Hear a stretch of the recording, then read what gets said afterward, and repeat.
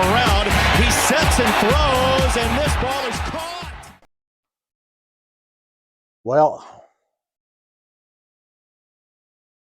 Well, it is what it is. The Huskers are who they are, and Iowa is who they are. Just like I predicted, I was really hoping I'd be wrong. But what's been going on for both these teams all year happened in the game. As you saw, the Huskers just find a way to lose the game. And like always, you see Iowa at the end find a way to win the game. And so I want to get into this because it started out right away. And, I'm going to give you guys, like I said, I went to this game. And I live in Texas, been living in Texas for 20, 30 years. So I haven't lived in Lincoln a long time.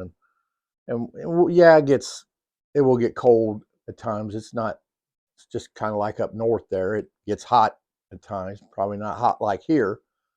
So it gets cold down here, probably not like there. So I went to the game, left here when it was 65, got up there when it was, below freezing, and got up in the morning, but I came prepared. I put in 2 pairs of socks, some shoes. I put on 2 sweatpants, 2 shirts with a sweatshirt over it, my coat, gloves, and 2 hats that go over your ears. And I still froze my balls off out there because that wind goes right through it. And at the end, I was just disappointed going, man, look at all these fans here putting up this weather like it is. And this is what we got. But the more I thought about it, driving back, because it's a 14-hour drive, I drove there, drove back, made it till about 2:30 in the morning or 2 o'clock in the morning last night. So I was up about 56 hours. And then I had to stop and lean back and slept a little bit in my car. So I just got back and wanted to give my reaction. I didn't give it. I really hate giving a reaction. I know that's kind of what gut reaction is. I hate giving a reaction, Rad, because I'm so emotional. I get emotional in these games. It means a lot to me in these games. It has for years. But the older I get, I feel like I have a harder time handling mainly the bull crap, the things you see over and over again. So I want to go back again. And of course, right off the bat, you saw the turnover on the punt return, and give the defense kudos. They held them out of the end zone, blocked the field goal. So you're thinking, man, maybe they got a chance. And then all of a sudden, and then I don't normally go against the referees. I normally try not to go that direction, but I'm going to say something this time because I watched the Maryland-Michigan game, and take it from me, I didn't care who won that game. I don't care about Michigan. I didn't care about Maryland.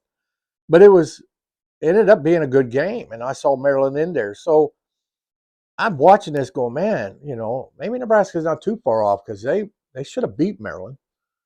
And all of a sudden, you see this bullshit, I'm sorry, I'm going to call it out as is, call where Tagovailoa, well, you know who I'm talking about, throws the ball away out of the end zone, and a receiver is in the area. And now he don't need to be where the ball lands. That's what's in the area. That came up with that rule because if someone is getting hit and they get rid of the ball and they might not get where they're going to, as long as this receiver was in that area, it is not intentional grounding, because the rule is to keep from someone throwing the ball away as they're getting sacked. That's what the rule is for. But all of a sudden, here comes the flag, and they talked about and said it was intentional grounding, even though there was a receiver probably 5 or 6 yards from where the ball dropped, which gave Maryland the points to where they probably wouldn't lose the ball. It was late in the fourth quarter. And it bothered me because I'm sitting there going, man, it's almost like the Big Tens, because them are Big Ten officials. Each conference has their own officials, and I've never liked that. There should be a overall officiating that has no, dog in the race. You know what I mean? Who's paying their checks? The Big Ten. Who's going to manipulate them? The Big Ten. Big Ten couldn't have Michigan lose that game against Maryland. and then go play Ohio State and possibly lose that, and then they have nobody in the championship in the playoffs. And that's how I saw it. But I didn't bring it up. You didn't see me talk about it. But then when I saw what happened on Friday, where they called that late hit on Nebraska, and then you watch that, that is not a late hit. A late hit is intentionally after the play is dead. And then they wanted to say it was a dead ball late hit. They haven't blown the whistle. He was right on the sideline, just coming off the sideline as his momentum hit him. And I'm sure you guys have seen it. That was not a late hit, but guess what they did? They threw the penalty and gave him 15 more yards. Because if one thing they knew, they couldn't have Iowa, who's now going to play the Big Ten championship, the Big East champion, couldn't have them go in there, hold whoever it is, Ohio State or Michigan, either win or hold them down, because Iowa's defense is pretty solid. It's going to do some work, but I don't think they could beat either one. But they couldn't have that, and then all of a sudden, nobody gets in the playoffs again. They had to have Iowa win. It would look a lot better on the resume to have a 10-2 Iowa team playing an undefeated Ohio State or Michigan team than a 9-3 Iowa team that just lost to a 5-6 team the week before. Okay, go in there and beat them or hold them to a reasonable amount. This way, no matter what happens, as long as Ohio State or Michigan wins, doesn't matter how close it is, the resume is good enough, it ain't going to affect it. That's how I saw it. And it kind of put my point to bed when on their touchdown, looking right down the sideline, looking right at it, you could tell the guy didn't get in. If not, it should have been reviewed. Oh no, it was a touchdown. I kept seeing this throughout the game. You know, you saw it even on the final drive. It was almost, they didn't have to do a whole lot. The Huskers are not to that point they could overcome really any mistakes, their own mistakes, but anybody else. So they didn't have to do much. A call here, a call there. Everybody probably knew the points weren't going to be a lot. Look at it. It was even under the 26 points. One of the fewest over-unders in Vegas history, and it still went under. And I knew it did. I said 10-6 Iowa. But 13-10 again, and here the Huskers defense give up again only 13 points. And again, they have a loss. But they knew that it wouldn't take much. A field position here, a field position there, that touchdown big, they're probably even thinking, that's all they need. I don't know if either one of these teams are going to score a touchdown. That's probably enough to do it. So that's all they had to do. And that's what I saw. And I'm sorry, I had to say something here. That's how I see it. Going back to the Michigan-Maryland game, which there, people could say something about Nebraska. Yeah, I'm a little biased. But I could care less about Michigan and Maryland. And that's the first thing I thought of. I watched it thinking, man, they're making sure Maryland can't come in and upset them. And it's sad that that's what it's come to. It's all about money. Playoffs means money. Big Ten's about money. This is about money. It's not like it used to be where it was a sport. It was fan. Yeah, I know it's a business. But you don't need the officials being paid by the conference who has a dog in the fight, who financially has a fight in this. Money is the biggest corporate wrongdoing. You've seen it on scams throughout your life. You've seen it up there in Iowa with the betting service and all that. Money's about all of it. So I did want to say the Huskers already were fighting with more than just Iowa during that game. But I give them that they did, and it was the defense kept them in it. The tackling still was not there. A couple games in a row, I saw the tackling, missed tackles, big plays here and there from the run game that on that final drive.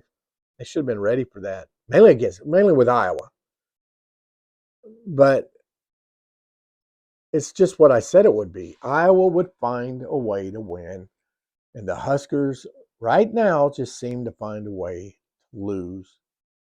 and is emotional when it's this close, this fight. They're coming back. It looks like they picked the ball up and like, wow, they might pull this out. But the problem is they're going into that win. And trust me, that win was bad. Take it personally, I know. I watched not only Iowa's two kickers, they have two of them, but Tristan and them on the side that the Huskers were going north. The side where against the wind struggle in practice in warm-ups to kick these field goals, even from the 30-yard line, from the 28-yard line. It would either be short, it would push to the right, it would push to the left. It was like this wind was messing with them. Going with the wind on the other side, they were booming some good ones. So I think that's why you saw Iowa did what they did when they won the toss and said, hey, we'll take the ball. And I don't know if you still can, but I know they would have gave Rhule a hard time on it. But I even said, man, come the second half, I would take the side. I wouldn't pick kick or receive. I would take which side I want to defend or kick or, receive, and let Iowa then have their choice. Do they want to kick or receive? You know what I'm saying? But I don't know if you could still do that. I know you used to be able to do that. But a lot of people says he didn't do that because then everybody would be Hunter if they would have. Because what would have happened? You would have said, "Hey, we're going to take the win in the fourth quarter," which means you're already going against the wind. They would have said we're receivable. Well, now you're kicking off to them to start the third into that wind. So they were going to have great field position. And if that backfired, you would have had to answer to that. But I think it would have been worth the chance. The defense was doing well enough. They blocked 2 field goals. I know one was in the first half. I can't remember if the second one was. They came back and they were down just by 3. And then they ended up tying the game. And that stayed that way all the way down to the seconds before it was won. And it looked like I said, Nebraska knew it, but Nebraska's going into that win. They would have had to get to about the 15-yard line. To me, 15, 20 would have he's got the leg for it, but with that win, 20 would have been the minimum you would have had to get to, which means you really have to move the ball. So kind of understood with no timeouts what they had to do, why he threw the ball, why he ruled cold, where, again, if you didn't mismanage your time management, you would have had them timeouts. And that's another thing I wanted to get to. It's almost like Rhule and this coaching staff, I'm sitting there going, is Frost really here? Is he up in the booth? Or, I mean, Rhule acts like he's never done this before. I'm like, wow, I never watched, I only know Baylor and Temple's results, how well Rhule has done with them by the final results. I haven't watched them like I do, obviously, the Huskers. I haven't watched their seasons to see how his play calling was, how his time management was. So I don't know any of that, but it doesn't look good. I mean, how do you call a timeout on a one? Who are you kidding when you're bringing out the field goal kicker on a 60-yard field goal against that wind? You're not fooling anyone. He told us in a press conference, well, I was going to fake it. Duh. Everybody around Lincoln and outside of Lincoln and the country knew what you were going to do. So there's no way. Iowa would have just sat back and played defense and said, go ahead, kick it. You make this one, kudos. You deserve to win. I know that's what I'd have done. I wouldn't have cared what. Matter of fact, I'd have had someone back there and said, come on, let's return this. This thing's probably going to stop at the 10-yard line. And we already know the big guys play on that field goal kick. So that's why they're easier to return than a regular kickoff or a punt. So no one knew that. So when and I was told Tristan didn't get that memo, so he didn't come out like he should. And I'm glad he didn't now. Knowing him, he probably sat over there and went, right, coach, come on. Who you kidding? He probably was smart enough to know I ain't doing that. I ain't going to put 0-1 or 60 on my record on a kick I know good and well I can't hit. I ain't going to go down there and try a 90-yard field goal when I know I can't hit it. But I don't think that was it. But that's just me venting. But this is where it went wrong. He calls a timeout. Why? You're going to punt anyway. Take the 5 yards and punt. I understand. Sheeny got it down to the 1. He might have still got it down to 1. He played with what he had. But even if he don't, let's say he does it where he exactly did it. Okay, he's at the 6. I'll take that and keep my timeout. I'd say, hey, I'll spot you 5 more yards from that 1 if you give us one of your timeouts, or give me a timeout. Come on, tell me you wouldn't. Put it in the comments. Would you? I know I would have. So there's one right there. All right. Then earlier where they had a call timeout, couldn't get, And then on the, which I still don't understand why you, well, in a way I kind of understood, but why you challenge that spot. No one ever wins them spot challenges. No one. And the booth's supposed to call down and look at it themselves if it's that close. Doesn't mean they always do. So you lost a timeout there. Plus you lost your challenge. So there's 1 or 2 you could have had, and that would have made that 30-second, that drive where you picked the ball up, big difference. But because you had to get it down to the 15 or 20-yard line, it's almost impossible without having to throw that ball, mainly against Iowa. Another thing was the clock management. I noticed the clock stopping, mainly during that drive and all that. And there was about 10 or 12 seconds that should have came off the clock. And I don't really think it matters. A lot of people saying, oh, then they wouldn't have been able to kick that field goal and won the game. Yeah, well, they did kind of let the clock run down, called timeout so they could. So I still think it would have happened what you saw. Maybe not. But I did thought Rhule should have. I mean, you're already 10-10. Going against the wind, so you got a handicap. On the pick, just settle it. We stopped them from winning it. Let's take our chances. Get this clock down, do what we can do. If we get it in range, a screen or whatever, if we do get it in range and try it, then give it a try. Get another 10 or 15 yards and let Tristan try it, even though you're going against the wind. Or just take it and let's go into overtime. Because in overtime, wherever you play the ball, both sides got to play it. So if you're in against the wind, you're both playing against the wind on that overtime. Then they switch sides. All right, then you got the win. And what I believe with their offense and our offense, we'd have done a lot better in this overtime game than we have before. This one, it would have been different with Iowa, even though they did get in range to kick, but it really would have depends how well. But then we could have just ran our offense. We don't have the offense to do what we did. So that's me a little venting. I'm really, again, 2 games in a row, I'm really frustrated with the play calling, the time management and Rhule. And don't get me wrong, I still think Rhule's doing an excellent job. He's a great developer. He's doing that part.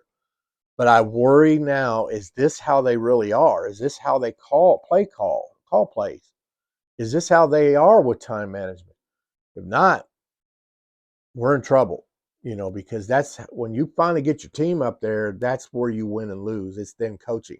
When the teams get parallel and the parity's right there, level, and then it comes down to coaching. Right now, you don't even have that. And then you're getting beat on top of that. It's going to be frustrating. So, well, the question is, where do they go from here? Yeah, the good news is we'll find out here in the next week or so how well Rhule kind of really is, because I got a feeling if these men are buying in and all that, you won't see many go into the portal. Nobody that should shock you. To me, nobody that should shock you. And if they do, then probably weren't a right fit anyway. I just don't see it. Harburg might, but he's a big Nebraska fan, and I don't know, without going to a FCS school, I don't know if he's done enough as a quarterback for another team to take him. But definitely as maybe a receiver or a tight end, he's a big guy. But if that's the case, that's how Whipple saw him. And unless he goes in the offseason on his own, because the coaching can't do it, and goes learn better quarterback. People don't realize Frost did that between his 96 and 97 season. That's why he shined a lot better in 97. Nebraska went on and won a national championship. I'm hoping Purdy kind of gets with his brother. Wouldn't surprise me if he doesn't. Maybe only off season. Does Brock come in there and help him out? Probably got a lot of connections where he's at. They could do it on their own if they want to. There's no rule saying that you can't. Just coaching staff can't do it. Coaching staff can't bring someone in or, want to say they can't pay for anyone, but with NIL, you could almost pay for it without paying for it. You know what I mean? So let's see what it looks like in the portal. Who do we get in the portal? I still think you got to go after a quarterback. And depending who goes in, you got to go after. If there's someone, Will Rogers went in. Want to say I don't know if he's the right guy, but compared to what we have, you never know. We just needed average. But I think the biggest key is we need that big time receiver. We need that clutch receiver, that Marvin Harrison the fourth, or you probably won't find any of them in the portal. But probably better what you got. You need that one that could break away and get open. The one that you could go to and clutch. And honestly, you probably need more than one. To me, that's the key. Offensive line. It's hard on the offensive line when it comes to the portal. Have you ever noticed nobody really in the portal shines? I mean, that's a tough position. And usually when you got it down, you stay where you're at. If you don't stay where you're at, then something's going awry and you're not doing something you should. You're not getting far enough in your development to the point where you could play. So you go in the portal and then someone sees your attributes and go, oh, wow, 6'5", 300. Yeah, I'll take you. And then they find out afterwards. Or there's other issues. So offensive line is something maybe to fill a spot, fill a hole. Don't have that. But development, if not developing, and I think that's what Rhule wants to do, the high school level, developing and all that. If you get a young guy, if you get someone in the portal, like the attributes, he's a freshman or a redshirt freshman, I think that's somebody you could probably take because you got time to develop them. But it's hard to take a sophomore, junior, senior, junior, senior mainly, unless they're just top notch and somebody made them mad and they're moving on, or you're in Georgia's offensive line and you can play for any other team, but because of the one that's in front of you, the 5-star stud that's in front of you, you're not playing much. Somebody like that probably, yeah, but it's hard to develop or know when it comes to them out of the portal. Defensive line, I think we're doing good. I heard Nash, Hutmacher's coming back. We already know Ty Robinson's coming back. Mwellen. I mean, the defense is going to be well. I think we got the linebackers settled. The question is MJ Sherman going to come back? Is he going to go pro?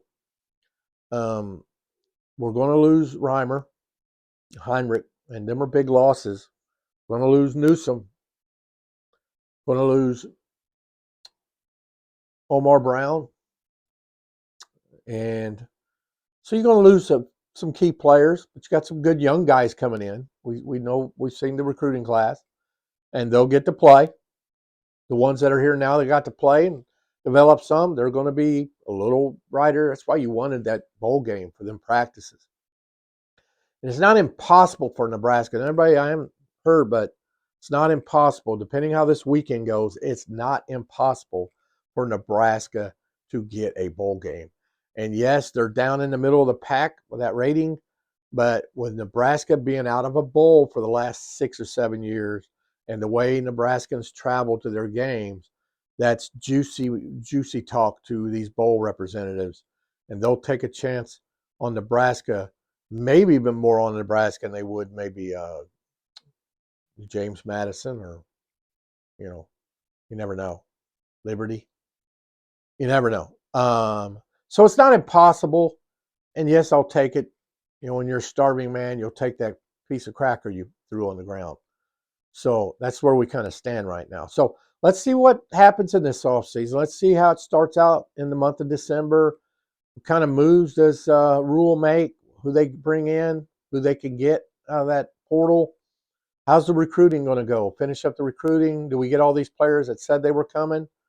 Do we still get Carlin Jones, or does he then commit to Ohio State? Because I heard he had a visit to their program, and we already lost Casey, and so let's see how it works out when it comes to that. So, guys, until the next video, go Big Red.